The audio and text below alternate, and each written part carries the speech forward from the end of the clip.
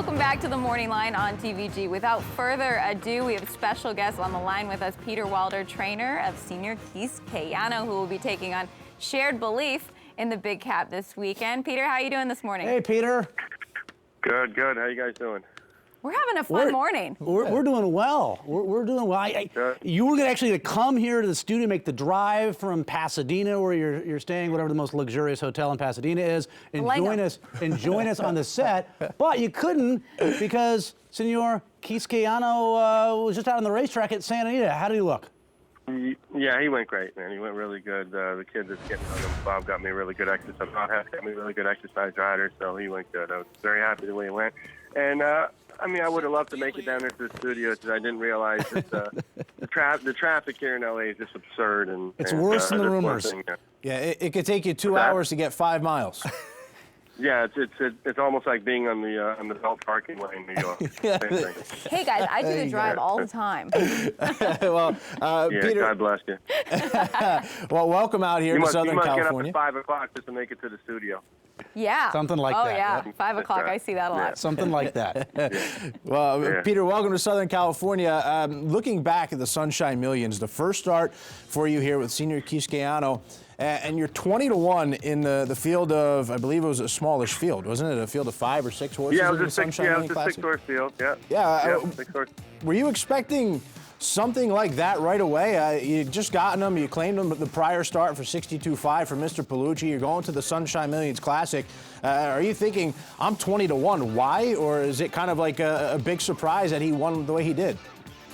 No, I said it in the paper. I kind of, I read something a long time ago from Dwayne Lucas. He said, if you're not one of the choices, you're probably in the wrong race. And I try to, you know me as well as anybody as a handicapper and as my friend, that I try not to run in races if I'm not one of the choices. And I actually took offense to the fact he was 20-1. I mean, he was a good horse long before. Just because he ran for 60 doesn't mean he's a claiming horse. And he made over 500,000 before we ever haltered him. You don't do that by accident. Right. You got to have some sort of talent to do that. He was on the Derby Trail as a late 2-year-old, early 3-year-old, and I guess the reason why he was 20-1, not so much because we just claimed him, but because a lot of people thought he was a need to lead type of horse.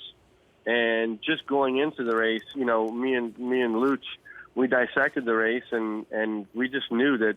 I knew that Pecoraro had to go to the lead with the horse he had in there because he goes 22.45. And Wildcat Red, I flat out heard Garofalo tell Rosario, go to the lead at all costs. So, we talked about it and just decided that the only shot that we had to get a big piece of the pie was for him to rate. And it's funny, when I told the jocks about the instructions, I said, if we got a flyer, if we outbroke everybody and get a flyer into that first turn, then go on with it. But I said, ultimately, I'd like you to see you sitting behind Pecораro's horse and Wildcat Red, and his eyes lit up.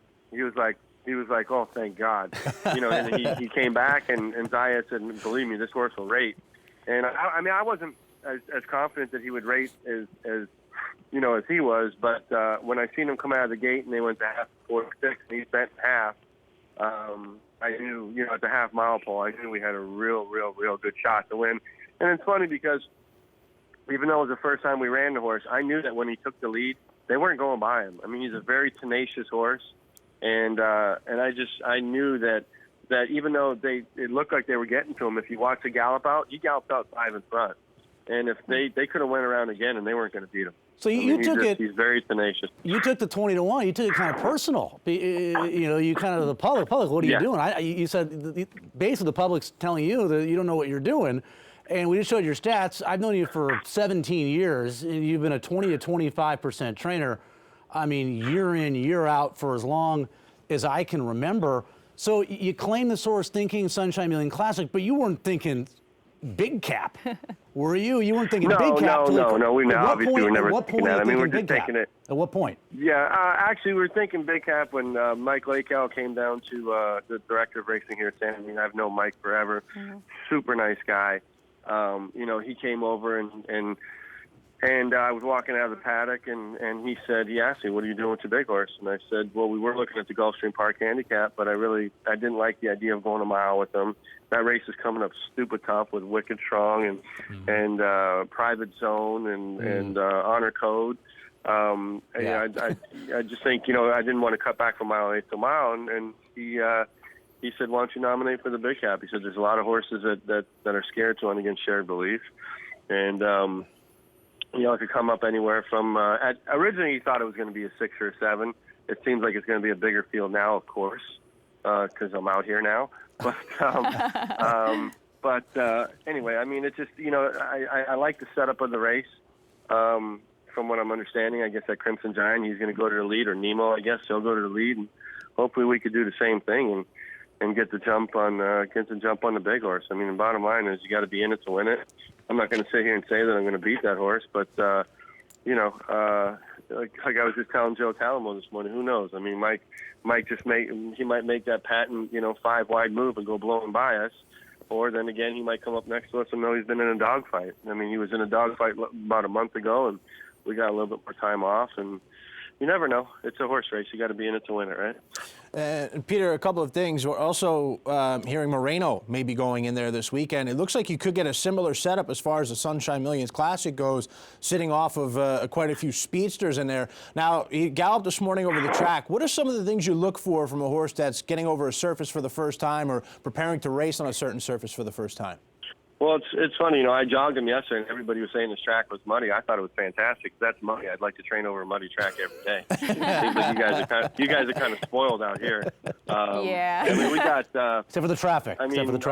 Although we had a Loooch the other day at Gulfstream, I mean, our track was fantastic. I mean, Johnny G takes great pride in taking care of that Gulfstream track. I mean, they do a great job back there, but you guys seem to be a little spoiled out here if you think that was muddy. But I thought he got over the track really well. I mean, I think it's similar to Gulfstream. It's just kind of a hard, fast track, and I don't think it's not like going to Calder or going to Philadelphia, where it's like a sand trap. Right. So Yeah. I think there's a lot of similarities between the track and I think, just like you said, I think there's a lot of similarities as far as the way the race sets up as well. Okay. So. All right. So, again, knowing you for a long time, obviously there'll be nothing wrong. I mean, second place in $1 million race is a fair amount of money. Well, but you wouldn't be out here if you didn't think you could win. Second is the first loser, right? Right. No, that's what I'm saying. You wouldn't be out here. You're not second place. Nothing wrong with that. But you're not out here to finish. You're out here because you really think you have a chance of beating Shared Belief. How good do you think Shared Belief is? And obviously, your horse has to run the race of his life to beat a horse of that caliber. Yeah. Listen, I think Shared Belief is a great horse. I mean, I'm not. He beat California Chrome, who's horse of the year. In my opinion, shouldn't have been. I think Bayern should have been horse of the year. But, they ran against each other twice, and the other horse beat him twice. But, hey, that's not for me to decide. But, I'm a Shared Belief fan. I think I watched him broke his name. I think he's an awesome horse. I think Jim Rome is great for the business. Yes. He really is, although my owner's been talking smack to him on Twitter. But that's also good for the business. You know what I mean? It's a little rivalry. But listen, he's Rome a great is literally horse. smack. Yeah. Yeah, exactly. Yeah.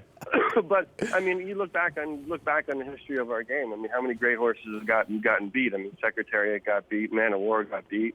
Smarty Jones, who was great, got beat. I mean, there's only a handful of them that don't get beat. Mm-hmm. And it's a horse race. And I just think if he's going to get beat, I just think, and especially, one thing we haven't touched base on is I'm getting 10 pounds from him. That's a lot of weight. That's our fault. We haven't brought that. A lot of weight. Yeah.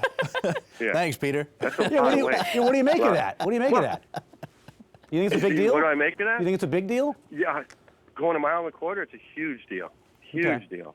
I mean, take a sack of potatoes, put it on your back that's 10 pounds heavier than mine, and we'll see who wins that. I wouldn't race. be able to move with 10 pounds on my back. I'm stronger than you think I am. I mean, I'm sneaky strong. I get it's all in motion and all that, but like it's going 3/4, I don't think it matters. But you're talking a mile and a quarter. It's gonna, again, take nothing away from him. He's a great horse.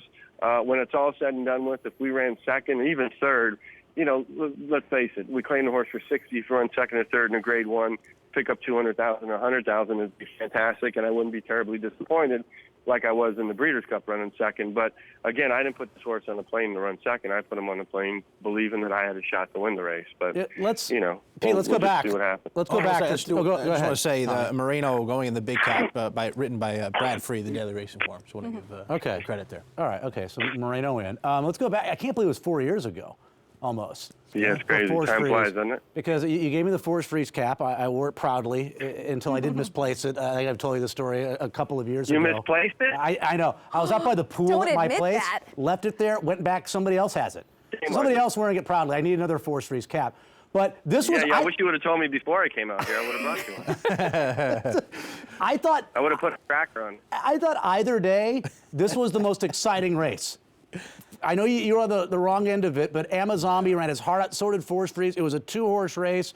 I haven't seen the race in a while, but really from like the half mile to 3/8 pole, right? They sort of put themselves together away from everybody else. I mean, that was just a spectacular horse race that your horse, Forest Freeze, who I think won the Teddy Drone and then maybe ran second in the Vosburg, I believe. Yeah, he won. Yeah, he won the Teddy Drone, set a track record. Came back, ran second in the Vosburg. Might have should have won that race, kind of getting out a little bit, shying away from the stick. And then obviously came back and ran second in the Breeders' Cup. In my heart, I think if they run that race 10 times over, I probably win at 9 of them with just a different ride. I mean, I think Johnny just moved a little too quick into it. You know, they went 43, and you know those two horses are going to stop in front of you.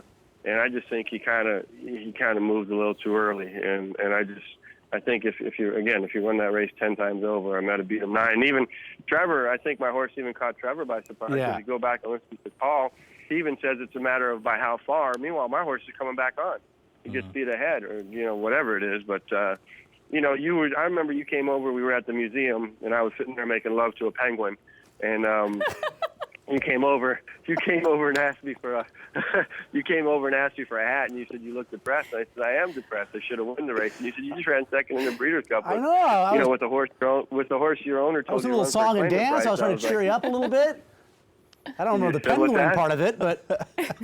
Yeah, no, we were making love to a penguin. Okay. Yeah, they got those orange penguins down there in the museum, and we had a few alcoholic beverages, and we were making out with penguins that night. So yeah, it was fun. We had a few drinks that night, I believe. Celebrate a second place. Yes, you absolutely have to celebrate a second place effort in the Breeders' Cup race, right? We ran third in a Breeders' Cup race, and everybody seems so somber. I'm like, we just ran third, people. Yeah, no, I mean, listen, again, it's. There's winning and there's everything else. I mean, my owner was ecstatic because he did come a long way. But when you come that way and you know in your heart you ran the best horse, second to me wasn't, and it really wasn't. There was a $60,000 swing in the money, and honestly, it wasn't about the money. I believed in my heart that I had the best sprinter in the country, and more than anything, I would have loved to have an Eclipse award sitting next to my TV because I know I had the best sprinter in the country that year, and it was unfortunate, And then he came back in the Gulfstream Park Handicap, and he set another Gulfstream Park Sprint Championship, and he set another stakes record. Yeah. So, he had two in both his wins. He set stakes records, and the other two races he ran second. I mean, he was an awesome horse. He really was. It was just too bad that he came up with a tendon, and just too bad he didn't. Like I said, different circumstances. But it is what it is. You know what I mean? Well, you have another real nice horse. Yep. In Senor Quisqueyano, and we wish you nothing but the best. On Saturday, I talked to you on Monday. You were like, "It's freezing here in Southern California." If you were coming from it was a little chilly, man. 83 and sunny on Saturday. 83 and sunny on Saturday. So you'll be just fine from a weather standpoint. You have a fast main track, and we wish you the best of luck. And most importantly, I'll send you a text later as to where we're having dinner later on this evening. Yeah, I was going to say no penguins tonight. Okay. Never again. We can keep talking to Peter all day to hear the Matt and Peter stories. We might come up with some other stories, but no penguins tonight. No penguins. All right. Well, Peter, thank you so much for joining us this morning. Best of luck on Saturday. Thanks, Peter. Good luck. Talk to you later. Thank you so much for having me on. I really appreciate it. You guys are great. Same here, Peter. Thank you.